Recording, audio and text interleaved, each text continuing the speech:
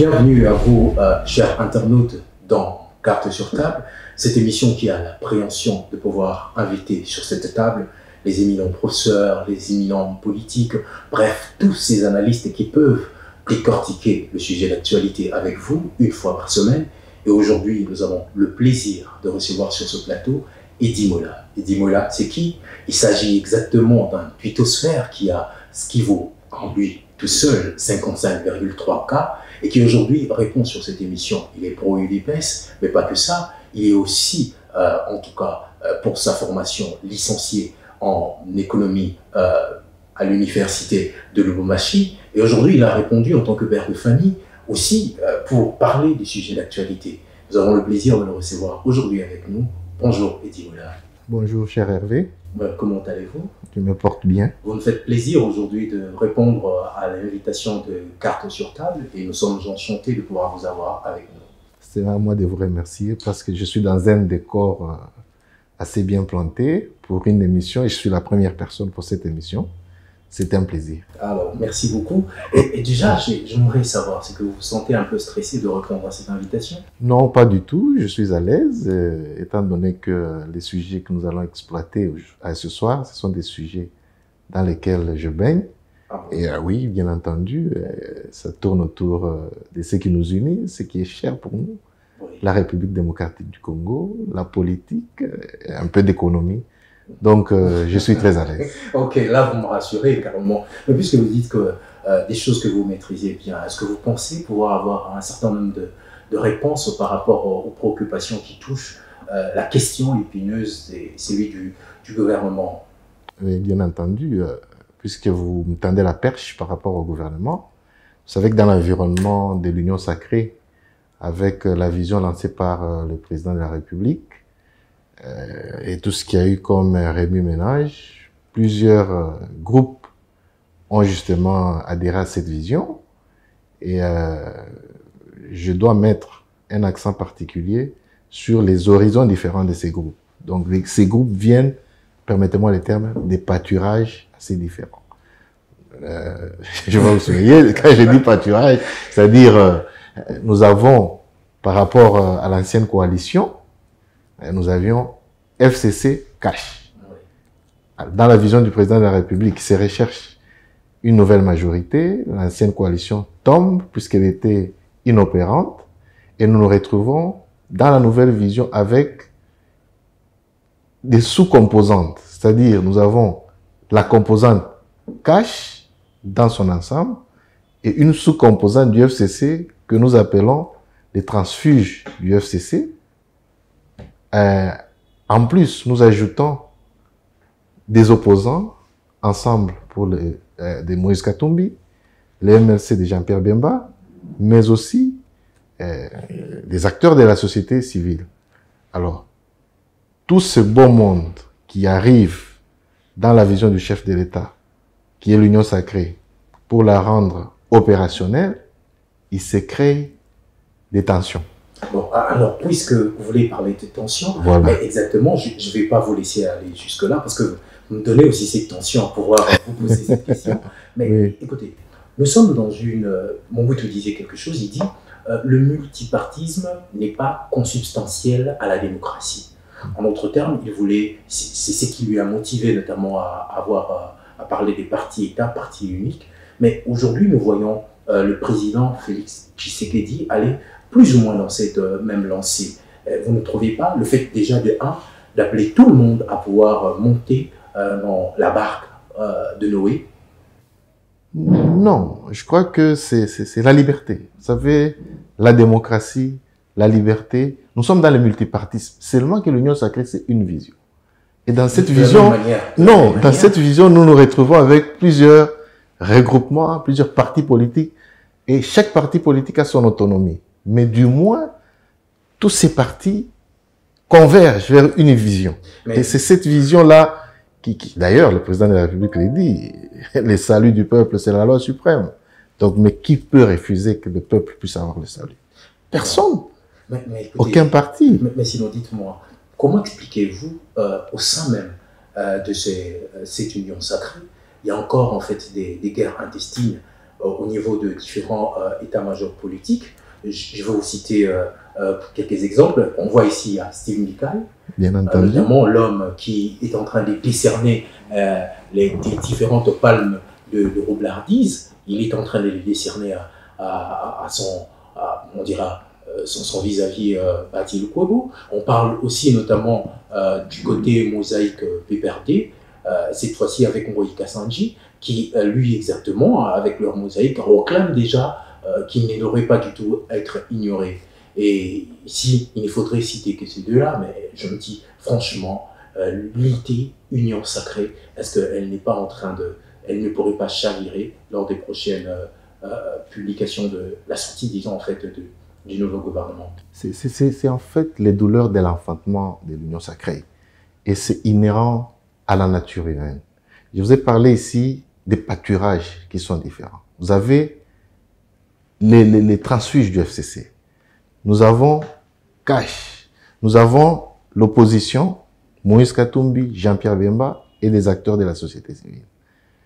Ces bons mondes ont évolué, chacun a évolué dans un environnement où chacun est de son côté.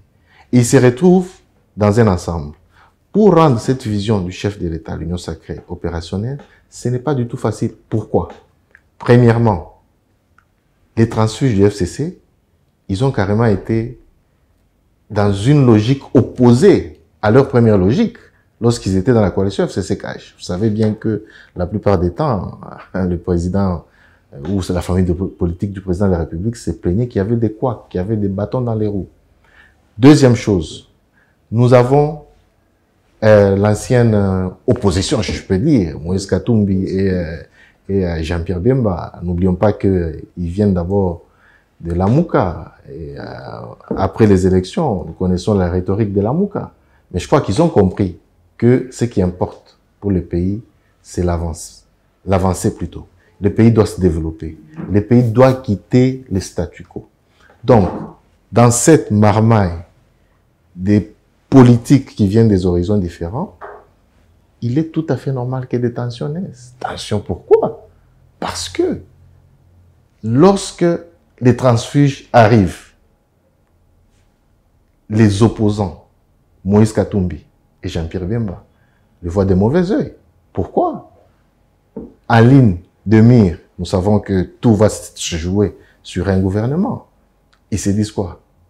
Finalement, la marge de manœuvre peut être réduite. Et vous vous souviendrez qu'il y a eu des langages du genre, si cela arrive, c'est comme si la vision du président de la République risque d'être altérée. Exactement. Tout simplement pourquoi? Parce que eux, ils viennent de quitter il n'y a pas longtemps une mouvance qui a beaucoup gêné le président de la République. Or, je rebondis pour dire que le président de la République est dans une vision de mettre le pays sur une dynamique de développement. Et il a besoin de tout le monde.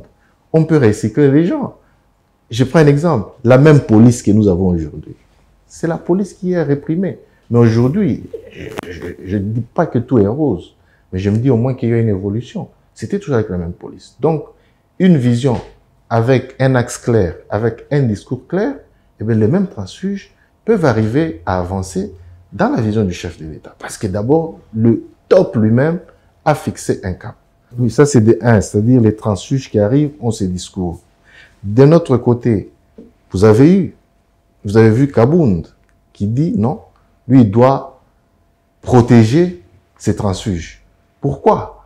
Parce que n'oublions pas que quelque part, pour que le président arrive à avoir une marge de manœuvre assez large, il a fallu que la majorité au sein de l'Assemblée nationale puisse basculer, que le bureau puisse tomber. Et pour que le bureau tombe, ces mêmes transfuges, ils ont apporté comme de l'eau au moulin. Oui, donc, il faut prendre tous ces intérêts-là, les mettre dans une marmite pour essayer d'apaiser les tensions qui sont inhérentes à la nature humaine par rapport au fait que, voilà, demain, il y aura partage de responsabilités. Les gens peuvent se faire un peu des coups bas. Ça, c'est un premier strate des tensions. Et un deuxième strate des tensions, vous l'avez évoqué bien, c'est lorsque nous entrons dans les regroupements, dans les partis politiques. Vous voyez Steve Mikaï et Bati Lukwebo. Et même à l'UDPS. Justement, même à l'UDPS, vous voyez l'inflation des candidatures qu'il y a. pour occuper les postes ministériels. C'est à peu près 72, plus 10, 82. Les anciens ministres ne veulent pas partir, ils veulent revenir. Il y a des nouveaux qui veulent arriver. C'est normal, c'est la liberté. Mais au moins, au bout du compte, nous disons qu'il faudrait que nous puissions avoir les meilleurs, qui vont travailler pour l'avancement du pays, qui vont travailler parce qu'il ne reste que 2 ans et le peuple attend. Et quand vous dites les meilleurs exactement, à qui faites-vous allusion? Parce que s'il faudrait partir, que l'objectif traditionnel des partis politiques, c'est avoir le pouvoir et le conserver ça fait le plus longtemps possible. Et donc, on dira cette réaction de tous ceux qui sont au sein de l'Union sacrée aujourd'hui est carrément légitime. Donc, dans cette légitimité, ils ont droit, évidemment, de pouvoir réclamer des postes ministériels. Mais ils doivent réclamer le poste ministériel. Et ils peuvent revenir. Mais alors, ça entrera en contradiction s'il s'avérait que ceux qui ont déjà été aux affaires et qui ont nécessairement pas très bien répondu aux attentes de la population reviennent encore dans ces cas. Ça sera quoi exactement? C'est tous ces équilibres-là qu'il faut gérer, toutes ces susceptibilités-là qu'il faut arriver à gérer. Quand moi j'évoque l'idée des meilleurs, je me dis, il y a des critères qui peuvent être pris en compte. C'est vrai qu'aujourd'hui, les gens peuvent dire non, tel avait travaillé, il ne peut pas revenir. Justement, il ne peut pas revenir pourquoi? C'est parce qu'on l'aura jugé par rapport à son bilan. Si quelqu'un est passé, on se rend compte que le bilan a été en demi-teinte. Il n'a pas rempli les objectifs qu'il lui était assigné. Il n'y a pas, les choses n'ont pas bougé dans la bonne direction. Il est tout à fait normal. Et même logiquement, si une personne est consciente, elle doit tout simplement, d'elle-même d'abord, se mettre un peu de côté. Parce que nous voyons la République, nous voyons le peuple. Il faudrait laisser la place aux autres, qui sont meilleurs aussi, qui ont de l'expérience, qui ont étudié et qui peuvent apporter leurs preuves. C'est dans ce sens-là. Et pour moi, je me dis aujourd'hui qu'on doit laisser la place aux meilleurs, selon les critères bien précis. Et les meilleurs se trouvent où? Partout. Partout, il y a des meilleurs. Je ne peux pas dire que le caractère meilleur est une chasse gardée pour un parti X ou Y. Partout, il y a des meilleurs. Il est question de les dénicher. Il est question que ceux-là qui seront appelés à envoyer ces meilleurs-là, qui puissent plancher sur ces critères que vous et moi, nous attendons. Je crois que vous ne serez pas d'accord que nous puissions voir des ministres qui ne savent, par exemple, pas se défendre, des ministres qui n'ont pas un background. On ne viendra pas au gouvernement pour apprendre, non. De par le temps qui court, il y a des défis majeurs pour le gouvernement. Puisque vous parlez de défis, dites-moi, ce gouvernement qui devrait sortir, mais aussi d'un autre côté, on le remarque que ça traîne. Voilà. Ça fait le 15 février, le 15 mars, ça fait totalement un mois depuis que Samané Condé est à la tête de la primature. Et donc là, c'est un temps relativement rapproché à ce qu'il a fallu notamment à Bahati Lukwege pour arriver à dénicher une nouvelle majorité. Il avait un mois de manière officielle, il pouvait notamment le renouveler. Alors, mais là, on se retrouve dans cette phase où les attentes sont énormes. Et je voudrais bien même que vous-même, vous en fassiez la liste, mais c'est long comme un bras, peut-être. Mais seulement là, on se pose des questions, les défis actuels. Quels sont les défis qui attendent ce gouvernement? Nous le savons, c'est multiple, mais principalement, il pourrait être axé sur quoi? Avant de rebondir sur la question des défis, vous avez parlé de l'attente qui s'est fait longue. Exactement. Oui, justement.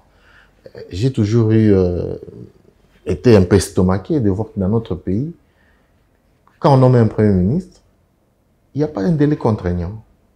Il n'y a pas de deadline.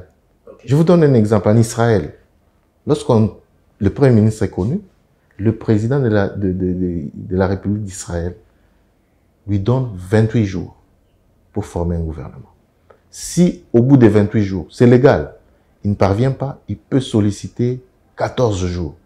Donc, dans un horizon de 42 jours, le gouvernement est censé être connu. Si il ne réussit pas, c'est-à-dire il n'est pas capable, on doit passer à une autre étape, chercher un autre formateur. Vous vous souviendrez, en Israël, lorsqu'il y a eu la série d'élections anticipées, au terme desquelles il n'y a pas eu de majorité qui s'est dégagée, lorsqu'on a donné à Netanyahou, il a eu dans un premier temps 28 jours, 14 jours, il a échoué. On a donné à Benny Gantz, il a échoué. Et finalement, ils sont rentrés encore aux élections anticipées pour essayer de dégager la majorité. Je crois que dans notre pays, il faudrait que les députés puissent un peu réfléchir sur la possibilité de rendre les délais contraignants lorsqu'un Premier ministre est nommé. Je dis par exemple, voilà, comme dans le cas d'un informateur, il y a 30 jours qu'il peut solliciter une rallonge pour essayer de... Mais pour le cas du Premier ministre, c'est ouvert, on a le temps, on ne regarde pas la montre. Et donc vous, à l'UDPS, vous ne saurez pas répondre à quand exactement? Non, je ne saurais vraiment pas répondre, mais je me dis, j'ai un souhait, c'est que, contrairement au Premier ministre, qui a dit qu'il ne faut pas confondre l'urgence et la précipitation, moi je me dis que nous devons avancer très vite. Pourquoi très vite? Et j'ai rebondi sur le volet de tout ce que tu m'as demandé ici comme défi. Il y en a beaucoup. Nous avons les défis de la crise économique. Nous venons d'un environnement Covid qui a pratiquement détruit notre croissance. D'ailleurs, là, on arrivera. Oui. C'est donc, on a les défis économiques, on a les défis sécuritaires, on a les défis en matière sociale, accès à l'éducation, à l'eau, à l'électricité.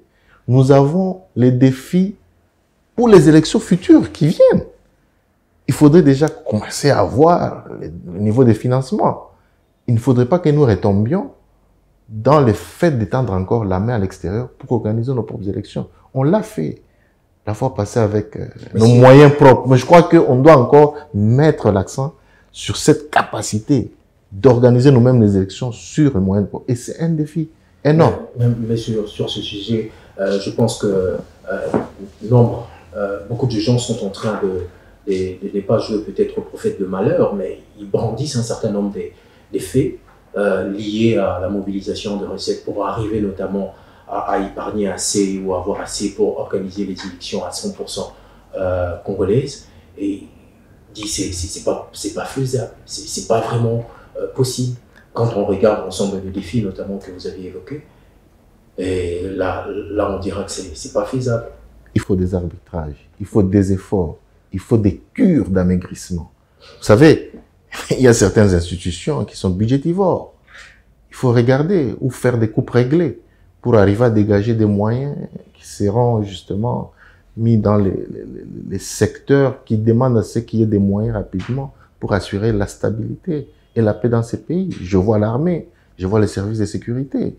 On doit éviter d'être tout le temps dans les augmentations des enveloppes salariales, dans des créations peut-être des structures budgétivores, alors qu'il y a des besoins qui demandent à ce que la République puisse se pencher dessus pour arriver justement à assurer le bon fonctionnement. Sur ça, je pense qu'on pourrait y arriver, mais cependant, je voudrais qu'on analyse un autre fait. Nous sommes à l'est de la République démocratique du Congo. Oui. On ne va pas dire que ça a commencé avec Fachi, mais on va seulement faire un petit bilan. Le bilan, il est tout simple. En Ituri, on n'a pas seulement l'Ituri, on a Beni, Butembo, le Sud Kivu, et on a une autre province que j'ai jeté les noms, mais dans l'ensemble, ça fait 120 groupes armés, juste pour ces trois provinces. Et nous avons enregistré la perte de 20 éco-gardes, c'est l'année passée. Cette année aussi, on en compte déjà 6 que nous avions perdus.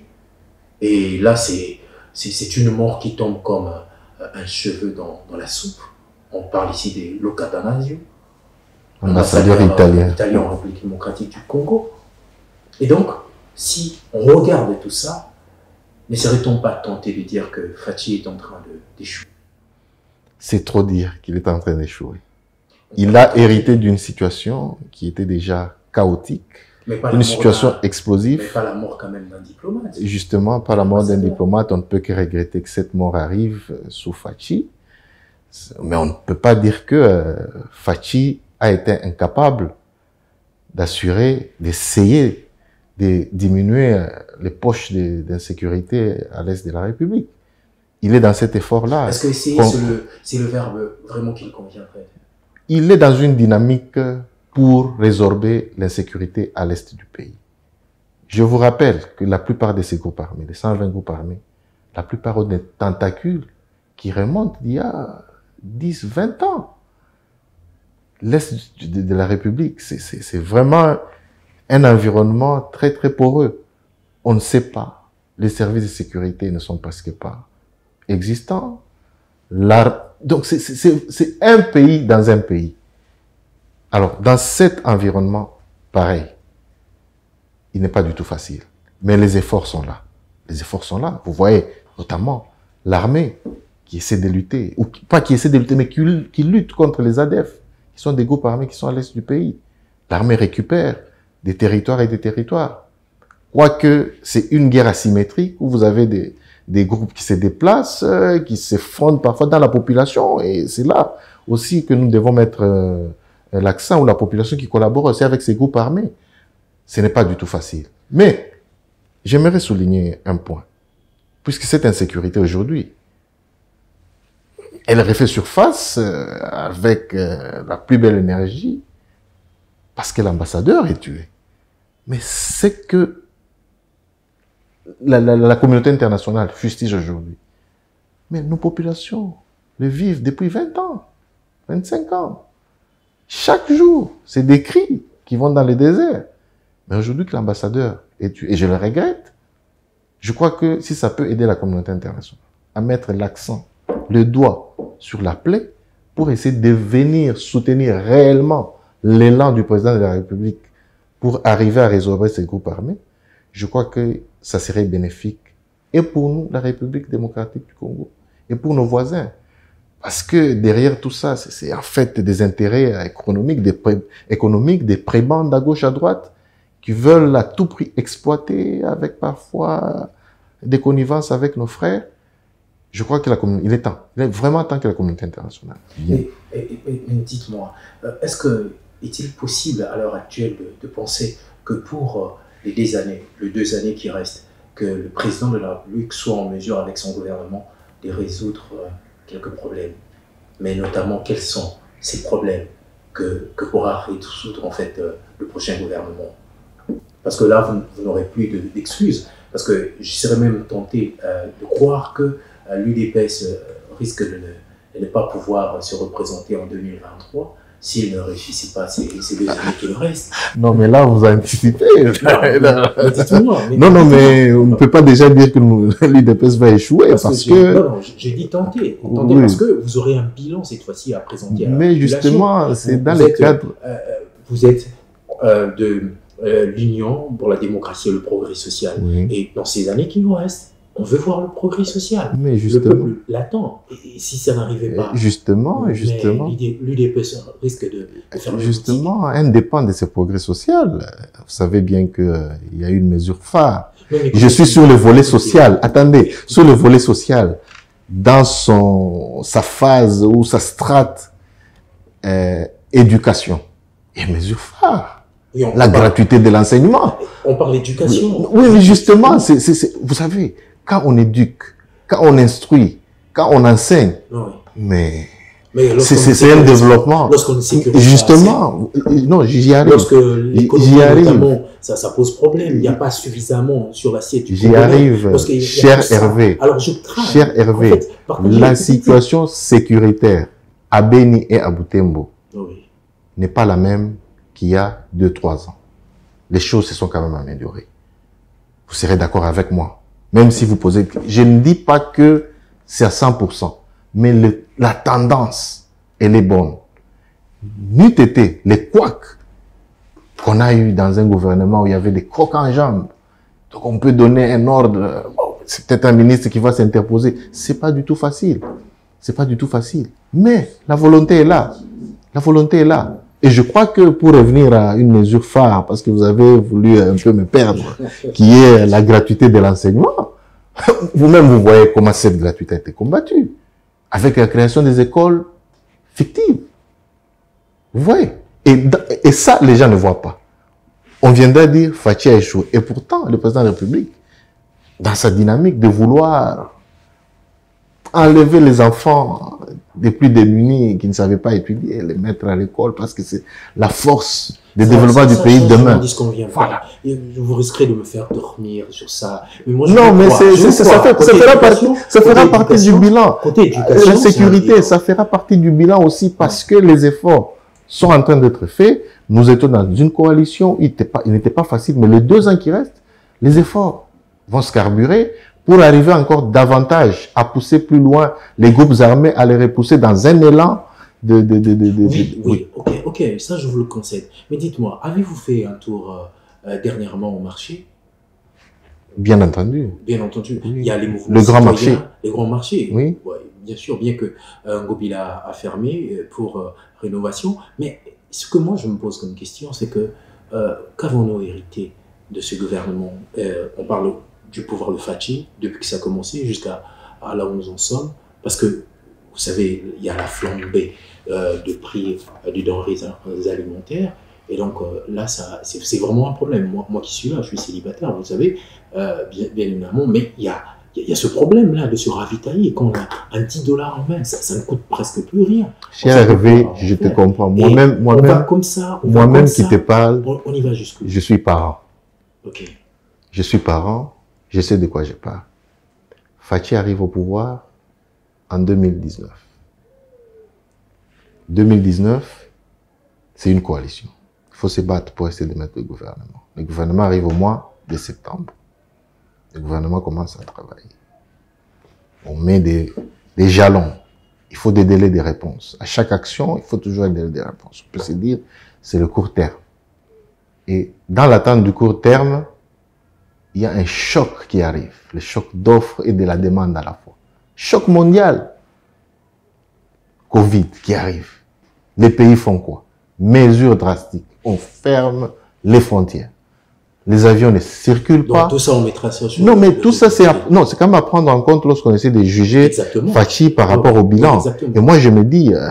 mais Covid, c'est pas le bilan en Fachi, en fait. Non, pour expliquer, parce que expliquer un certain nombre de choses que nous voyons, par exemple, par rapport au taux d'échange qui a flanché sur le marché, par rapport à l'inflation qui a un peu galopé, par rapport... tout ça, c'est lié aussi à la croissance. Nous savons que le Covid a détruit la croissance. Mais là, nous sommes en pleine phase de reconstruction de cette croissance. Et moi, je crois que il faudrait que nous puissions nous donner encore rendez-vous à la fin parce que évaluer à mi-parcours avec tout ce qu'on a comme difficulté, moi, je crois que ce serait vraiment injuste. Non. Il faudrait que nous puissions attendre la fin, mais tout en mettant l'accent sur les faisceaux.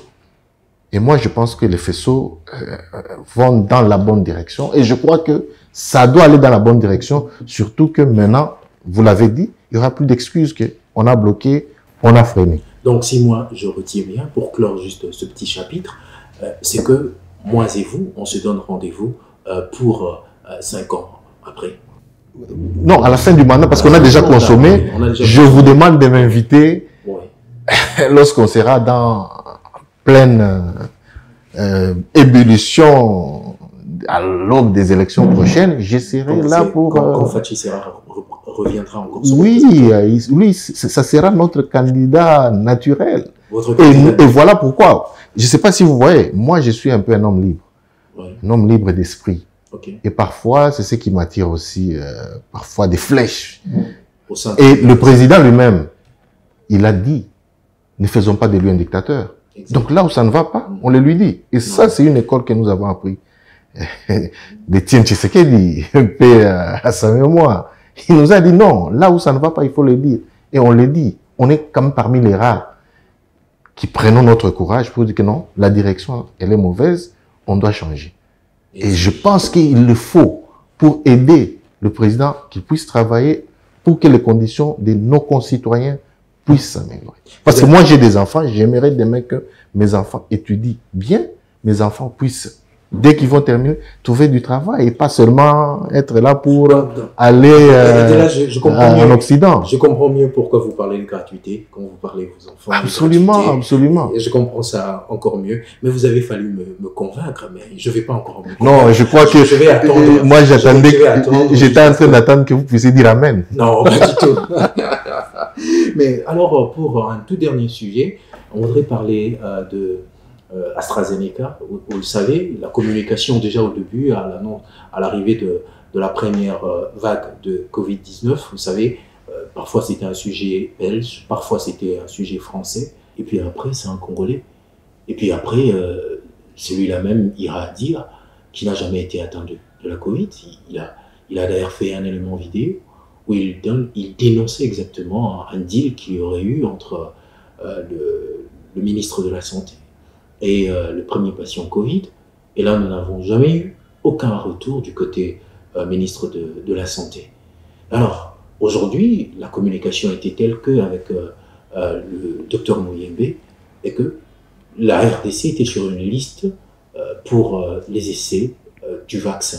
Et puis un peu plus tard, on nous parlera encore une fois de plus, bah écoutez, les vaccins, on nous l'a donné gratuit, et il n'y aura pas de mesures contraignantes, mais seulement la question qui se pose pour un pays comme le nôtre, la RDC, qui s'est très bien comporté lors de la première vague, quelle est l'urgence et la nécessité de pouvoir exactement accepter AstraZeneca? D'autant plus aussi que vous le saviez, c'est qu'il y a eu de caillots de sang qui ont été notamment repérés à cause de ce vaccin. On est encore en train d'essayer d'établir l'effet si c'est bel et bien avec AstraZeneca, mais seulement nous sommes dans un tableau qui, je dirais, prête un peu à confusion. Est-ce que nous avions vraiment besoin de cet AstraZeneca en République démocratique du Congo? Cher Hervé, le monde a besoin de la vaccination. Rien à faire. Le monde a besoin de la vaccination, puisque la vaccination fait partie des trains de mesures pour lutter contre le Covid. L'urgence, oui, on ne doit pas traîner. On ne doit pas traîner. Parce que le Covid a détruit des pans entiers de notre économie. Et si on ne fait pas attention, ça va continuer. Nous n'allons pas rester dans le cycle confinement, déconfinement, reconfinement, couvre-feu. Non, il faudra quitter. Il faudra que la population revienne à une vie normale. Et pour ça, je crois que la vaccination est quand même un des moyens. Puisque vous évoquez justement les vaccins AstraZeneca par rapport à tout ce qui se passe, bon, il y a le dispositif COVAX. COVAX, c'est un dispositif international qui essaie de rendre les vaccins ou la vaccination assez équitable, même pour les pays pauvres. Alors, la République démocratique du Congo a fait sa demande. Elle a fait sa demande pour justement arriver à vacciner et créer une immunité individuelle pour du moins les personnes à risque et les personnes âgées.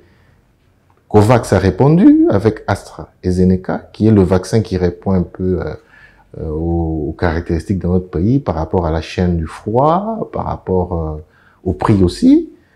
En termes de froid, c'est pratiquement, je crois, 2 degrés à 8 degrés, donc AstraZeneca, et aussi par rapport au prix.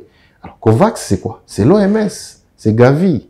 Ce sont des partenaires qui donnent leur argent pour justement nous venir. Alors, les dangers que nous avons, et on part un peu handicapé parce que nous devons lutter contre 2 fléaux. D'abord, le Covid lui-même, mais aussi le scepticisme vaccinal.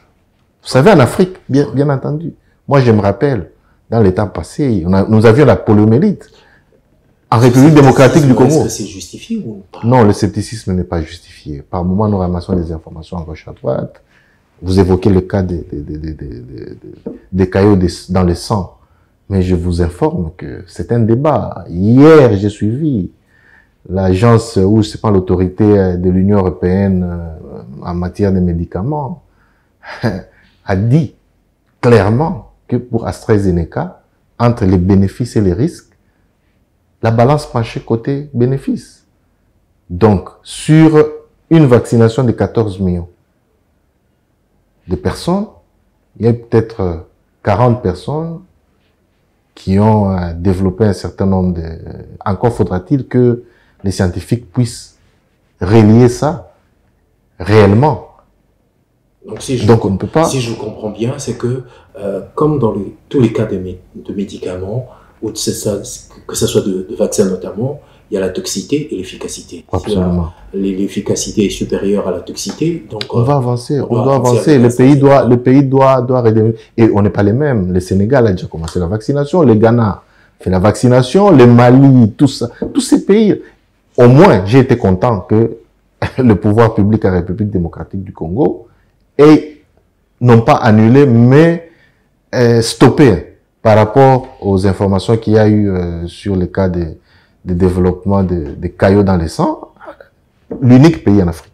Ça, c'est comme, il faut quand même féliciter. En attendant que, et puisque l'Agence européenne du médicament a donné son quitus, j'ai vu la France qui va utiliser AstraZeneca, mais pour les plus de 55 ans.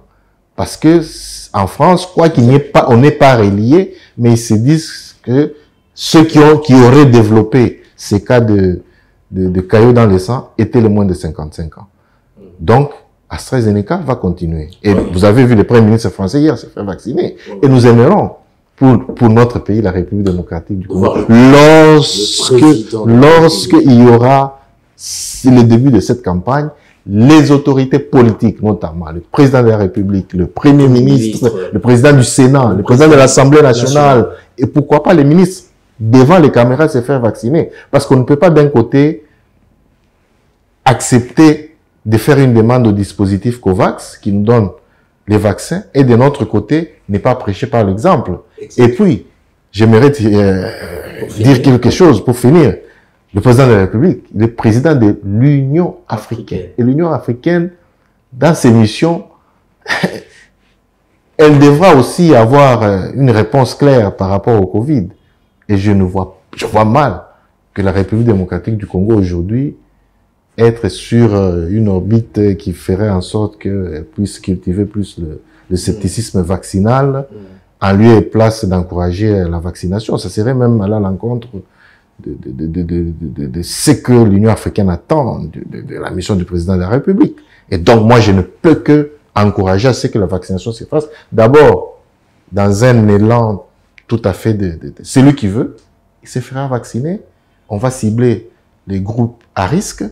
Et puis après, quand les autres verront, ça prendra automatiquement. En tout cas, merci beaucoup Eddy Mouela d'avoir répondu à notre invitation. C'était un plaisir pour nous de pouvoir vous avoir dans notre premier numéro de Cartes sur table. J'espère que nous avons été plus ou moins satisfaits. Non, d'ailleurs, je plaisante, nous avions été satisfaits. C'était justement vous taquiner. Oui, justement. Oui, moi aussi, vraiment de dire que je suis content du cadre. Et puis, je vous encourage de cultiver ce genre d'émissions, des débats, d'appeler des jeunes, des moins jeunes que nous. Ça aide justement à cultiver cet élan de démocratie. On apprend, on se cultive, on va lire. Moi, j'étais content de voir que vous êtes à l'aise dans tous les sujets. AstraZeneca, le sujet de l'assassinat de l'ambassadeur. Pour faire une petite parenthèse, moi, chez moi à la maison, j'ai vu hier mes filles sur Internet, là, j'ai défilé, alors regarde, maman, c'est la photo du Premier ministre de Côte d'Ivoire qui était mort. J'ai dit, toi, comment tu as connu le Premier ministre? Je vois quand vous discutez ici à la maison, vous dites, non, l'ambassadeur italien a été tué. J'ai dit, voilà, c'est en fait ça. C'est comme ça que nous allons éduquer les masses, nous allons éduquer nos enfants, et c'est bon pour justement la culture, la démocratie, le développement. C'est bon pour la culture, la démocratie et le développement. Je pense que c'était les derniers mots de cette émission pour cette première fois. En tout cas, je réitère nos remerciements pour votre déplacement. Et déjà, on se dit au revoir. C'était Eddy Mouela. Il vaut 55,3K sur Twitter. Et donc, je sais que tous les twittosphères vont certainement partager cette émission. Et c'était un plaisir pour nous. On vous dit au revoir déjà. Merci beaucoup. Merci. Chers internautes, je pense que vous avez été satisfaits de cette émission. Avec nous avions eu Eddy Mouela, moi-même qui vous parle, je suis Hervé Pedro. Et cette émission que vous aviez suivie, s'il s'agit notamment de Cartes sur table, où nous avions essayé de passer en revue l'actualité de la semaine, en tout cas l'actualité prédominante. Et donc nous avions eu le plaisir d'être carrément assouvis par cette intelligence parlante qui nous a visités aujourd'hui dans Politico Play. Et donc c'est un plaisir pour nous de vous dire au revoir et à la prochaine.